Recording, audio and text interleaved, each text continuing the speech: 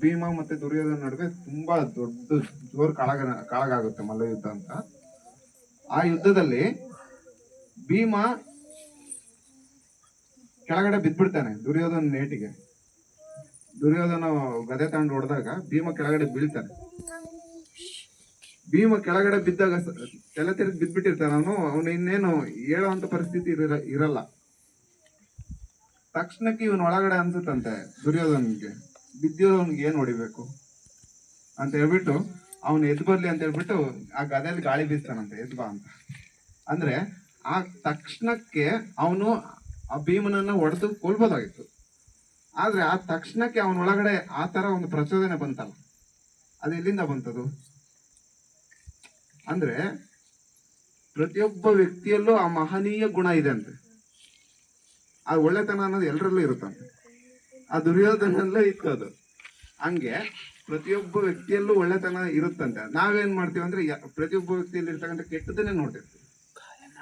ಏನಂದ್ರೆ ಪ್ರತಿಯೊಬ್ಬ ವ್ಯಕ್ತಿಯಲ್ಲೂ ಬೇಕಾದ್ರೆ ನಿನ್ ದೋಷಗಳನ್ನ ನೀನ್ ನೋಡ್ಕೊ, ಯಾರಲ್ಲೂ ಲೋಪದೋಷ ನೋಡ್ಲಿಕ್ಕೆ ಹೋಗ್ಬೇಡ, ತಪ್ಪುಗಳನ್ನ ಗಮನಿಸ್ಲಿಕ್ಕೆ ಹೋಗ್ಬೇಡ ಅಂತ ಶ್ರೀಮತಿಯವರು ಒತ್ತಿ ಒತ್ತಿ ಹೇಳ್ತಾರೆ.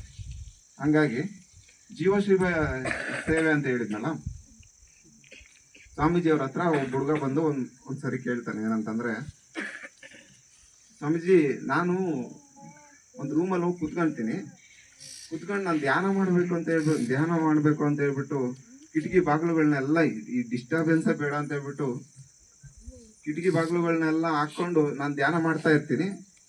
ಆದ್ರೆ ಏನ್ ಮಾಡಿದ್ರು ಏಕಾಗ್ರತೆ ಬರಲ್ಲ ಸ್ವಾಮೀಜಿ, ಏನ್ ಮಾಡ್ಬೇಕು ನಾನು? ಅದಕ್ಕೆ ಸ್ವಾಮೀಜಿ ಅವರು ಡೈರೆಕ್ಟ್ ಆಗಿ ಹೇಳ್ತಾರೆ ಅವ್ರಿಗೆ, ನೀನು ಧ್ಯಾನ ಅವನಿಗೆ ಕಾನ್ಸಂಟ್ರೇಷನ್ ಬರ್ತಾ ಇಲ್ಲ, ಏನ್ ಮಾಡಿದ್ರು ಕಾನ್ಸಂಟ್ರೇಷನ್ ಬರ್ತಾ ಇಲ್ಲ. ಅದಕ್ಕೆ ಸ್ವಾಮೀಜಿ ಡೈರೆಕ್ಟ್ ಆಗಿ ಹೇಳ್ತಾರೆ ಏನಂದ್ರೆ, ನೀನ್ ಧ್ಯಾನ ಮಾಡೋ ರೀತಿನೇ ಸರಿ ಇಲ್ಲ ಅಂತ.